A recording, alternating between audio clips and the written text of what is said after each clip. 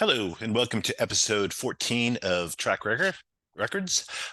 We had a little brief hiatus, but we're back and better than ever with your hosts, Kenny and Barry. And just to catch you all up, we were chatting about why music has such a death grip on us, why it's so important to us, and just imprinted us early on, as even like before even teenagers, maybe, and it's just never left that that strong of a hold on us. If anything, it's gotten stronger and more firm over the years, at least for me. And that's the funny thing is, I don't think it has for me. I mean, don't get me wrong, music's still critically important to me and something, I listen to all the time. And again, you can't even separate music from like movies because it's such an important part of movies. As I've said before, Rocky wouldn't be Rocky without the music. Star Wars wouldn't be Star Wars without the music. Jaws, and even in lesser ways like Miller's Crossing, it's the haunting music is what, is such an important part of the movie. But because there's such a proliferation of other things now, because of the internet, because of audiobooks, because of you can stream every movie and TV show you've ever wanted to see, it has divided me in a way that it divided my attention in a way that I don't believe it has with you. Yeah, Oh, and also um, sports. So it is interesting when there's more options out there. Of course, things are going to be a little more fractured as far as what gets your attention. Um, that said, I kind of look at trying to figure out and describe and articulate why music is so important to some people, a lot of people, um, instead of trying to continue to discuss it and articulate it. I was just going to go through a few of my recent things that I'm listening to, which that's proof in the pudding. I wanted to show you some records and give you, a few words about each of them, which really is why I buy records and listen to music. yeah, You it's good with funny. that? Yep, absolutely. And I'll just quickly say beforehand that it's funny. One of the questions you're always asked throughout life is, what's your desert island disc? What is the record you would listen to if you could only bring one album to a desert island? And the funny thing is, they never say, what's your desert island book? What's your desert island TV show? What's your desert island movie? No, it's your record. And I Yeah, think, so I that, think, that's pretty telling then. yes, and I think that says a lot right there. So please, the floor is yours. So this is just 10 records pulled there somewhat arbitrarily from my stack of recent pickups. Um, and it's a hodgepodge of things, but gives you an idea of what goes into the thought process for me anyway, and I suspect for a lot of other record buyers and music fans. This is Herbie Hancock, Inventions and Dimensions. It is, I think, his third solo record um, after he came to prominence with Miles Davis and his great mid 60s quintet with Ron Carter, Tony Williams, Wayne Shorter, and Herbie, and of course Miles.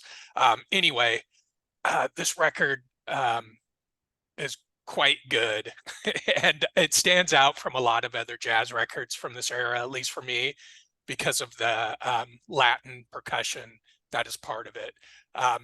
This record for me is one of the best jazz records I've heard in a long time, and I couldn't sing its praises any higher. I think it came out in maybe 65. Anyway, mid 60s for sure. Inventions and Dimensions. So, quick question about that. So, in terms of that sort of style, is that's pretty much around the same time as Sketches of Spain? No, it's later. Okay, That it's was late. that was around 60 or Oh, 61. it was that early. Okay, Yeah, yeah. And Herbie wasn't playing with Miles at that point. It was a couple years after that. I'm Um, wondering who's influenced by that because it's such an interesting album. Sketches of Spain, Yeah. or yeah, yeah, it is. It is. This is that record with the flamenco stuff on Yep. it, and it's this is more of a straight up jazz record Okay. than that, but it certainly has lots of Latin influences, in particular with the percussion. Just a fascinating jazz record. If you like jazz at all, and it's not super abstract and difficult to listen to, like a lot of jazz from this era. I love that stuff as well, but this is less for the hardcore jazz head. More of a casual listener, I think, would really enjoy this record. Oh, I definitely want to check that out. As you know, I'm a big jazz fan as well, and unlike you, I can always name my favorite this, my favorite that, and my favorite jazz album of all time is Kind of Blue, Oh, I'm by fucking Miles Davis. shocked by that. Yes, which is of course one of the classic jazz albums of all time, probably top 10 by on anyone's list, I would think. Yeah, and top one on number one on a lot of lists for Yes, sure. and so I don't stray from that. I don't care that it's number one on other people's lists. Oh, of I don't need course. to be, obscure. It's like it knocks me out. I still listen to it all the time. It's a testament to its staying power and how truly great it is. It's amazing. So Um, Next up, Stephen Stills, live at Berkeley, 1971, recorded live at the Berkeley Community Theater in 1971, coincidentally. Uh, I'm a big Stephen Stills fan. Out of Crosby, Stills, Nash and Young, for me, the solo stuff is I like Neil Young best. Stephen Stills is a close second. This is a great live record that just came out recently. I don't think it was ever released back in the day. It was one of I those don't remember it. archival releases. Yeah. About 2/3 of it is Stephen playing by himself, playing acoustic guitar and singing, and about I think it's about 1/3 of it has a full band. A few of the guys from CSNY back him up, the drummer and the bass player, and a couple other guys. Um, but you know, I think Stephen Stills doesn't get his due as much as say a Neil Young or perhaps even a Crosby or a Nash. It's if you like Crosby, Stills, Nash and Young, or any of the Stephen Stills solo records, this is a good pickup. What It's really fucking good. What do you think of Manassas? I like Uh, Manassas too. which, for those who don't know, it's a band Stephen Stills formed after CSNN. Yeah, I like that stuff as well. That's all band oriented and uh, hard, almost, yeah, I guess you'd call it hard rock, hard grooving rock. Whereas the standouts on this are the acoustic tracks because I mean, let's face it, it's really hard to carry a whole show with just an acoustic guitar and singing Yeah, one by one guy. Neil Young can do that. Dylan. Dylan can do that. Yeah, I think Stephen Stills falls into that category as well. His voice is just so distinctive, and there's most of the songs on this record are from his first couple solo records. A couple Buffalo Springfield songs make it as well, but no CSNY songs. Um, great, great record, great live record, surprisingly good. and when you're talking about Stephen Stills not getting his due, and I agree with that. It's interesting that Buffalo Springfield, doesn't get their due. In the way that everyone Crosby, Stills and Nash, Crosby, Stills and Nash, Crosby, Stills, Nash and Young. Oh my God, Buffalo Springfield, that was a great band. I Mhm. way prefer them to anything CSNN ever did. Yeah, I think I do too. And in particular, those first two records of Yeah, theirs. Um, I'm reading Neil Young's autobiography right now, and literally just before this call, I was reading about it and reading about how Neil ran into Stephen Stills in Hollywood. Neil had made the journey from Canada yeah, to Hollywood to yeah, make it as a rock and roller, yeah. and he had met Stills a few years earlier in New York, and they exchanged info. They exchanged email addresses. Yeah. Uh, but anyway, uh, Neil was saying how he was there in LA for a couple days, asking around, asking for the Stephen Stills character. He couldn't find him for a few days. Then one day they're stuck in a traffic jam on Sunset Boulevard in the hearse. They Yeah, drove from Canada, yeah, and sure enough, who pulls up right next to him saying, "Hey, Neil!" yeah. Stephen Stills, of course. Buffalo Springfield was born right then and there. Really pretty cool story. Yeah. And I think It is a great story, and I think, and Neil's obviously, a great artist, great musician, great songwriter. I don't think probably the easiest bandmate to have. Mhm. Which is why I think like he had Crazy Horse, which was his band, so he was in control. If he hadn't done that, he would have been bouncing from Buffalo Springfield to CSNN to whatever other bands. Well, to his credit, though, he admits that he wasn't always this super most uh, easy to get along with bandmate, but Stephen Stills, he was like that too. Yeah, Those and guys Crosby. butted heads. Yeah. Yeah, and I can only assume all the truly great musical artists are probably, at times a total pain in the ass to work with and be in a band with. And so let me quickly divert for 1 second. Speaking of that, so I watched the two episode Paul Simon documentary that just came out in Restless Dreams, and it's funny because I don't know whether he was like, "Hey, I don't care how I'm presented," or whether he's just oblivious. But it's about him, and he comes as they show a lot of old clips and him talking about Garfunkel and all. You're like, what a dick, which is what I've always thought. Even though he's probably my favorite songwriter, I can compartmentalize the two and separate what I think of him personally versus what I think of his talent.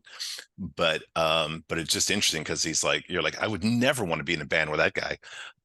And also speaking of how much music has a hold on us, one great story from it is he talks about watching the Everly Brothers do "Bye Bye Love" on TV when he was real young, and he was like, I have to have that record, and so he took a hard-earned dollar, which is a lot of money in those days, and he had to take two buses to get to the record store, and he went and did that and bought the record, came home and was playing it over and over, and then he accidentally scratched it. And he went back, took two more buses, spent another dollar, and bought the record a second time.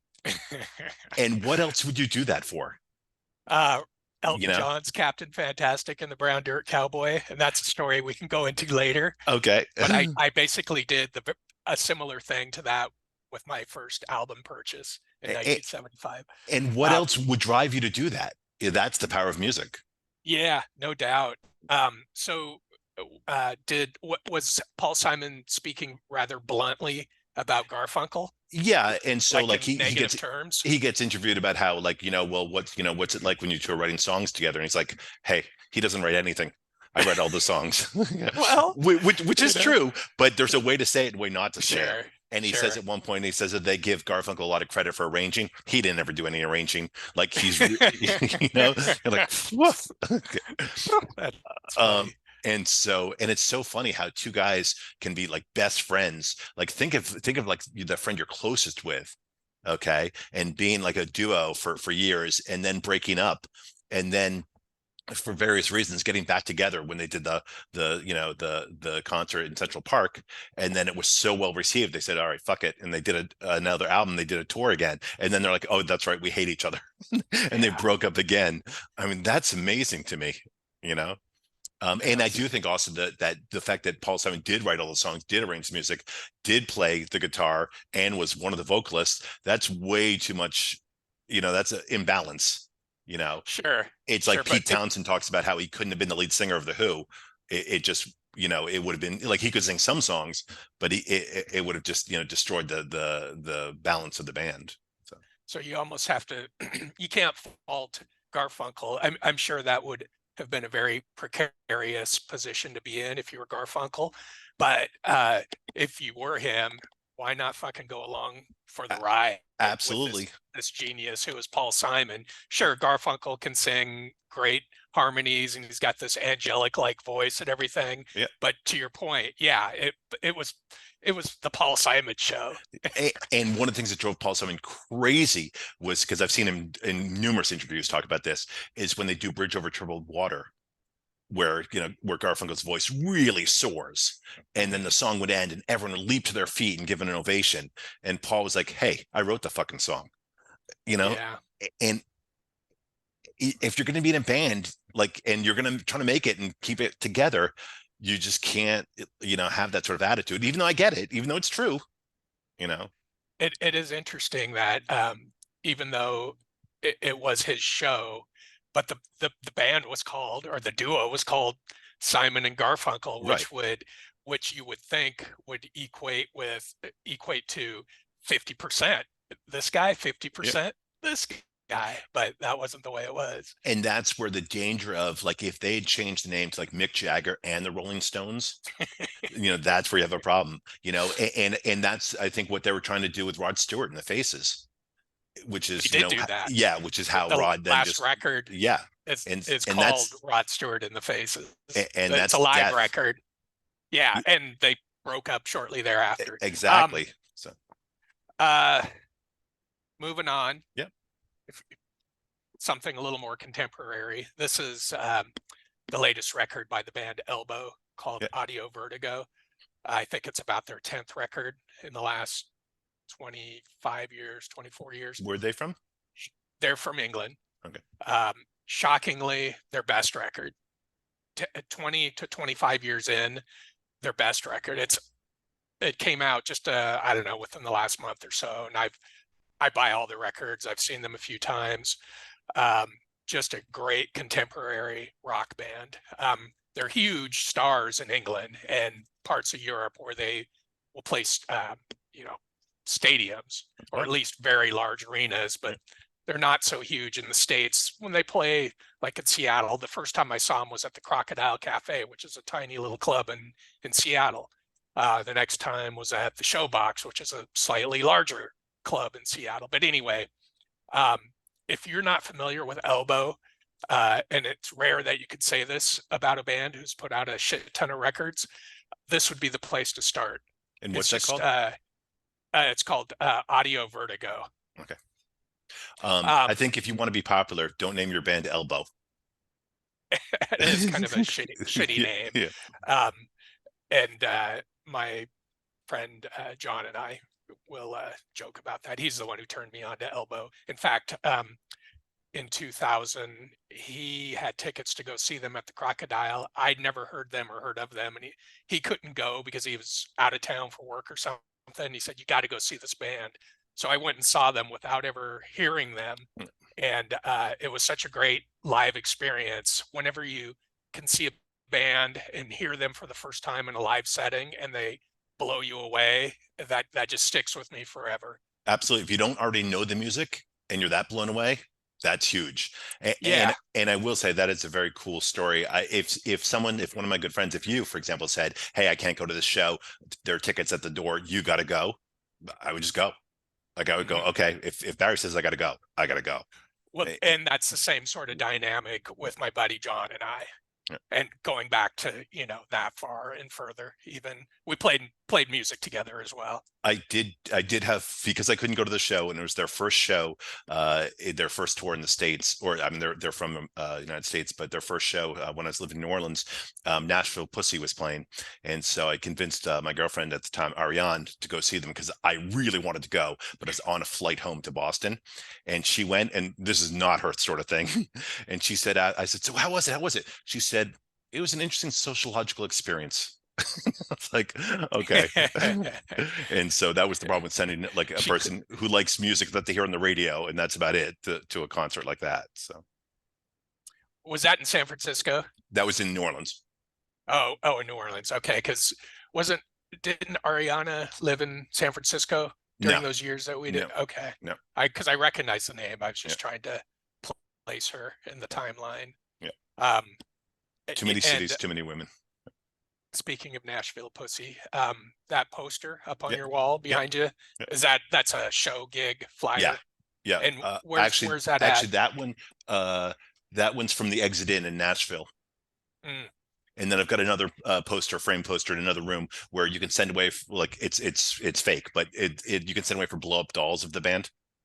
And it's very realistic looking. It's excellent. I used to Their first album was called Let Them Eat Pussy. And I'm at a gas station in New Orleans, and a cop pulls up, and he gets out of his car, and he looks at my car, and and I'm like, oh, and he comes over to me and goes, "Is that your car?" And I go, "Yeah." He goes, "Is that your bumper sticker in the car?" I go, "Yeah." He goes, "My partner and I love it." Okay, cool. I'm assuming it was a Nashville Pussy bumper sticker. Yeah. And Okay, so from the famous saying by Louis the 14th in the French Revolution, "Let them eat cake." This was "Let them eat right. pussy." So Gotcha. so Yeah, I Yeah. I figured that Yeah. out. And their classic song from that called "Go Motherfucker Go." So I have one of their records. I think it's, a bit later than that first one, and their I first album got is to. really the only album you have to have. So Is that right? Because yeah. this one has not. It didn't do much for me. I've listened to it a few times, Yeah, and it just the first album, and as a matter of fact, actually, the band was so the bass player, her brother played in the NBA, and yeah, I so remember she was like Cherokee about Parks. yes, and so she was about 6'5", 6'6", Hmm. and she and the guitar player, Ryder Size, they would like make out during the shows, and she would also blow fireballs into the audience, which you cannot do anymore, for Well, good reasons. Yeah. you couldn't name your band Nashville Pussy anymore without getting canceled. Probably not. There's one show I've told you about where I was just wasted and I was right jammed up against the stage and I just threw my arms around Ryder's legs while she was playing guitar and she like cool. Like it didn't even phase her. She just kept playing and they were great. And her husband was the lead singer. Um, so I was glad he didn't hit me in the fucking head. The But personification of balls out rock and roll. yes, they had to be experienced live. So all right, on to the next one. You'll know this. Can you see it? Yes, yeah. And so Dean and Britta. Yeah. Um, this was Dean and Britta's first record by themselves. They, of course, come from the band Luna. Dean being the front man, singer, guitarist, and Britta Phillips, the bass player of that band. And then they ended up becoming a couple. And they started putting out records, starting with this one as a duo. And how would I describe the records? The records, I think, use the Nancy Sinatra, Lee Hazelwood records as a blueprint for what they're doing. Um, and it's very much like Luna, except there's more female vocals, of course, because Britta sings a lot of the songs, and it's good. It's good. It's, I think, a little more laid back than Luna, and that's pretty laid back because Yeah. Luna's kind of laid back Yeah. as well. But if you like Luna, you would like this record, I think. And this was one of those records. Excuse me, just a second. This is one of those records put out in the day when hardly anything was being pressed on vinyl, and it was before streaming. So if you wanted something, you had to buy a CD of it. And it was just reissued like as part of this year's record store day.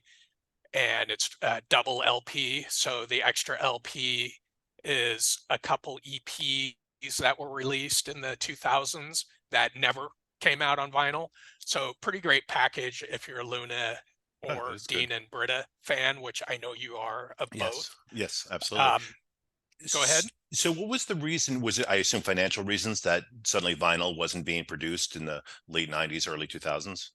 Yeah, well, it really started even earlier than that in the late '80s, early '90s. It's just because it became the format of choice, and the masses stopped buying vinyl, started buying CDs because they supposedly sounded better, Yep.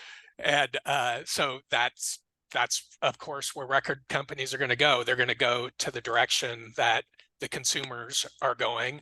The consumers were buying CDs predominantly to the point where it got to be almost all CDs and no vinyl. So a record like this, when it came out originally in 2004, it was probably pressed in a quantity of like 1,000 to 5,000 on vinyl. So if you were still buying vinyl, then you could have picked one up for regular price. But those are the kind of things that quickly became valued collector's items, first pressings of records like that, where these tiny little runs of vinyl came out. People go gaga over that shit and pay big money. And you don't care about first pressings. Oh, I do. I, Okay. I would prefer to have first pressings. In Okay. fact, since I never really stopped buying records, tons of mine are like that. I was one of the 1,000 to 5,000 people still buying records during that era. So I have a lot of them. This I didn't know. So I was pretty tickled when this came out, when I saw that it was being re-released finally. And did you care about like colored vinyl? No, and Okay. I don't give a shit about colored vinyl. Okay. In fact, I think it's just retarded. I Or really do. special packaging. Like I've got a friend who's another Firewater fan, a huge Firewater fan, and when they released it and like their various CDs in different packaging, he had to get every, every format. Um, I I like cool packaging. Okay. I got to say more than colored vinyl. I don't. I could care less about colored vinyl. A lot of people will try and get all the different colors of a Yep. single record. That's not me. But if there's like a cool gatefold cover or a book, an extra booklet or something, that kind of stuff I like. I got to say, and I will go out of my way to get the special packaging. I won't buy five of the same one, you know.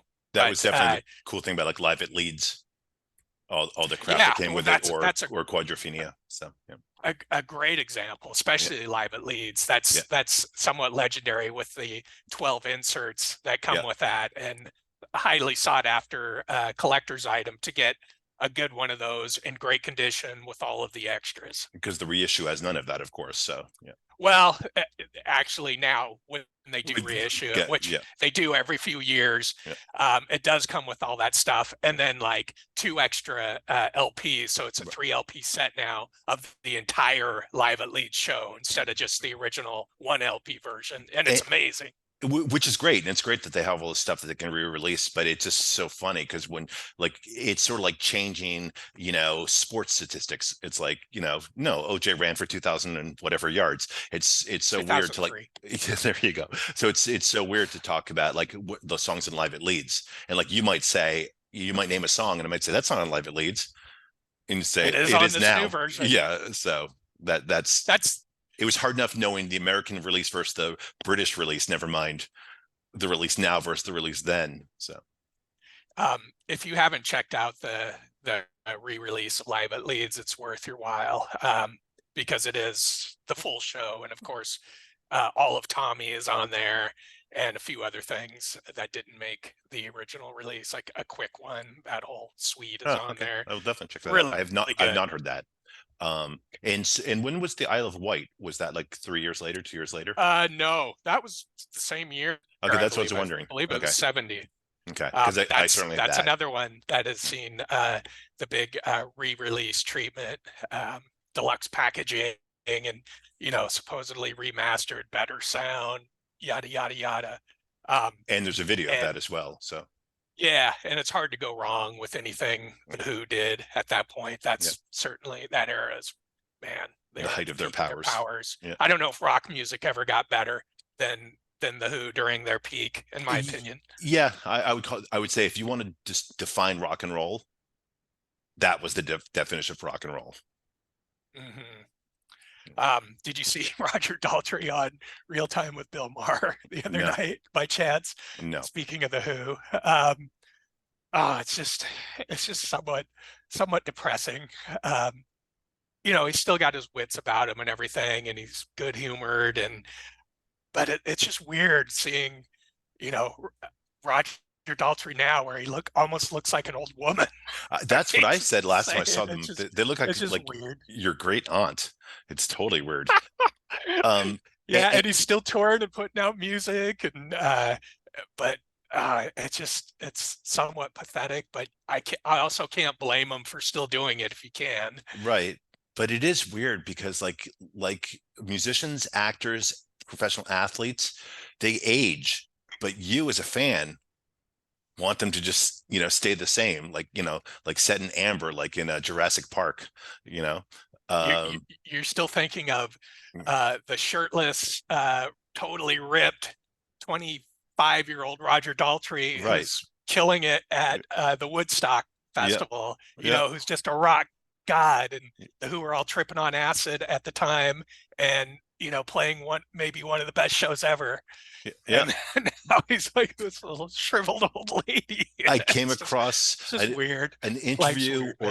or something along those lines with Robert Plant, and I did not recognize him. Speaking of looking like an old lady, Yeah, man, I was a like, rock god who looks like an old lady. I was Oh like, my god. they're like, yeah, and so thank you for speaking with us, Mr. Plant. I'm like, Mr. Plant, I'm like, what the? And I Jimmy Page, the same with he's got like yes, this caved in face, and it's like, how in the fuck is that Jimmy Page? I know we slag on the Stones recorded music, but I will say Mick looks a hell of a lot better than those people. Yeah, yeah. I guess it goes to show you what exercise does Yeah, for you, because it seems like Mick has always been on the exercise bandwagon, since the early days. He never had a period where he got big love handles and man tits. yeah. He And was he just always at a certain thin and in point, like shape. he put down the drugs, he put down the alcohol, Hmm. and I mean it's amazing. Like, I'd be very happy to look like Mick when I'm 78, you know. No doubt, So no doubt. as opposed to Um, Keith. you know what though? Keith actually, I saw this long form interview he did with Stern recently, and there's video of it. Keith didn't look that bad either. Mm, In my opinion, he's still, he didn't get all bloated and fat, and he doesn't look like an old lady, that's for sure. yeah, And he still has his, his very uh, distinct Keith Richards style. So even it though he's pushing 82, he still looks kind of cool, I got to say. it's amazing. It's amazing. Like obviously he's the guy you would never bet on reaching that age. So No doubt, it is no doubt. crazy. Next, switching gears. This is a Ennio Morricone soundtrack. Um, I think I've mentioned to you before. He's probably my favorite music artist of all time, Oh, Ennio Morricone, the that's interesting. Italian Yep. film composer. Well known This for the good, the bad, is and the ugly, and many others. Yes, well, he did about 500 movies. He Yeah, scored about 500 movies yeah, total, and it's he crazy. died recently, Yeah, like within the last year or two. I think he was in his early 90s. yep, I believe so. Um, anyway, this movie came out in the mid to late 70s called Orca, and it was a Jaws knockoff. Yeah, If you remember back then, after Jaws came out and did so well at the box office, there was a flood of knockoff movies. mm, This one being one of them, and it was about not a killer shark, but a killer whale. yes, very, very clever. And Richard Harris uh, played the Robert Shaw Quint Mm, role in mm, this movie. Charlotte Rampling's in it. Anyway, whenever I see a Morricone soundtrack, I will pick it up. I love his music so much. So this one came out recently. Another thing that came out this year's as part of this year's Record Store Day, and I got to say I'm pretty disappointed in it. It's not my favorite soundtrack by him by any means. In fact, it's one of my least favorite. It's just it doesn't have the distinct Morricone flavor. It almost seems like perhaps it was a just a quick rush job for him. that's It was that, a big that's budget movie, yeah, so he probably got paid bucks as a big budget Hollywood movie. Dino De Laurentiis, yeah, so they probably waved a big check in his face, and he said, "Sure, even though the movie will be shit, I'll yeah. do it as a paycheck." That's what I suspect, because That's where it I was doesn't going to seem go. Yeah, like a lot of care went into the music, like almost every other soundtrack of his. it'd be But interesting. still interesting It'd be interesting if he nonetheless. said, like, "Yeah, that one I just did that one for the check." Yeah, So and I don't know that that was the case. That's right, just me speculating. yeah, But still, I will say, even though I'm somewhat slagging it, it's worth a listen in my book. Anything he did, if sure. he recorded himself farting, I would listen to it. Okay. That might be a little extreme, but And I know once you put the needle down on the album, you're not moving to that side is over. So um, that's true. mm, Next up, can you see what that I is? had that album. Did That you is, really? yeah, that is one of the first albums I had growing up, which I inherited from my sister or my brother, probably my brother. But yeah, and there was one, oh, man, there's one song on it. Well, I Want to Be Your Man, I believe is on there. Yep. Yep, Yep. which is the one song the Beatles and Stones both recorded. Hmm. The Beatles gave it to the Stones for their first single. So Um, if anyone can't see it, it's Susie Quattro, yeah, and it's her first record that she did. Um, and it's a it's a great little record. I'd never heard it before. I have her second record, but I recently came across this, picked it up, and I'll tell you, for early 70s garagey yeah. rock, it's really good. I was listening to it when I was like, I don't know, 12 or 13, Hmm. and I loved it. because it was just like garage rock, and I still love garage rock to this day, and I certainly loved it then. It's so funny to see that again after all these years, because that I had that at a time when I had, I don't know, 20 records. That, I mean, that's all the only, like, I didn't have a big collection, and that was one of them. That's amazing. That's I figured this would be somewhat obscure, right. this record, and so I'm so pleased to know that it was one of your first records. That's a Yeah, pretty cool yeah. coincidence. And Um, my friends, no one knew who Susie Quattro was. Like no yeah, one, yeah, she was quite underground. In fact, she had to go to England to actually get a record deal and sort of solidify her career because she was kicking around in Detroit, not doing anything. Right. Went to England, and that's where she hit the so-called big time and had a few hits over here. But the thing about her that I find interesting is that she doesn't get more credit for being one of the first solo female hard rockers, Yeah. like a Joan Jett does. Joan Jett, to me, it looks like Joan Jett basically saw Susie Quattro and said, "I want to be Susie Quattro," Right. and it was done. And she gets so much credit for being the first female solo hard rocker, and she doesn't deserve it. Susie Yeah. Quattro does. Yeah. That's really interesting. But Susie Quattro, she was the one who ended up on Happy Days Yes, as Leather Tuscadero. leather Tuscadero. And Yeah, I and I that's wonder right. if that is part of the reason she gets pinged in a way that Elvis isn't looked at as highly as he should be because of Blue The Hawaii shitty and movies. Clam Bake and and all these crappy movies. That's a good point. That came a few years after Yep. her music career kicked off, and I can only imagine people who were big fans of hers um, at the time were disgusted by her turn on Happy Days. Yep. But again, the most popular TV show Huge. Yep. in the world at that Yep. time, Yep. and they flash a big paycheck in front of her. Why wouldn't she do it? Yep. But she couldn't have been making that kind of money in her No, music career. and I'm sure she thought it would probably help her sell more records, and it probably had the reverse effect, ironically. Yeah, I wonder. I'd be curious to look up the facts on that. And and But quick note on Happy Days. I love Weezer using the Happy Days set like for their music video for Buddy Holly. But anyhow, yeah, but yeah, that's I thought we had an agreement that that band's name would never be mentioned on yes. this Is podcast. is that one of the top 10?